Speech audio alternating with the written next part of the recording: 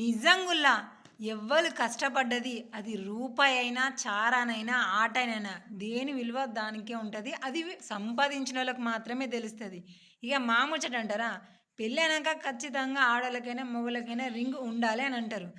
గత ఒక 5 ఏళ్ళ క్రితం అయితే ఖచ్చితంగా మా ఇద్దరికి చెరొక ఉంగరం అయితే ఉండేది. కానీ అనుకోని పరిస్థితులు వస్తూనే ఉంటాయి కదా. మళ్ళా గిన్నేండ్ల తర్వాత మా ఆయన నేనైతే కొని పెట్టుకున్నాము. పెళ్ళైనోళ్ళకు బంగారంతోనైనా, వెండితోనైనా ఏదో ఒక దానితోనే అయితే మాత్రము ఉంగరం ఖచ్చితంగా ఉండాలి అని అంటారు. ఇక మళ్ళీ 5 ఏళ్ల తర్వాత మేము ఉంగరాలైతే కొనుకొచ్చుకొని, మంచిగా ఒక చిన్న సెలబ్రేషన్ లాగా ఇక శుక్రవారం పూట ఒకళ్ళదొకరికి మంచిగా మార్చుకొని గిట్లనైతే సెలబ్రేషన్ అయితే చేసుకున్నాము. ఇక మీకుంటే ఓకే. లేకుంటే ఇకనైనా ఇలాంటివి పాటించడానికి ట్రై చేయండి. జర పెద్ద మనసున్నోళ్ళైతే మంచిగా ఆశీర్వదిస్తూ కామెంట్ చేయండి.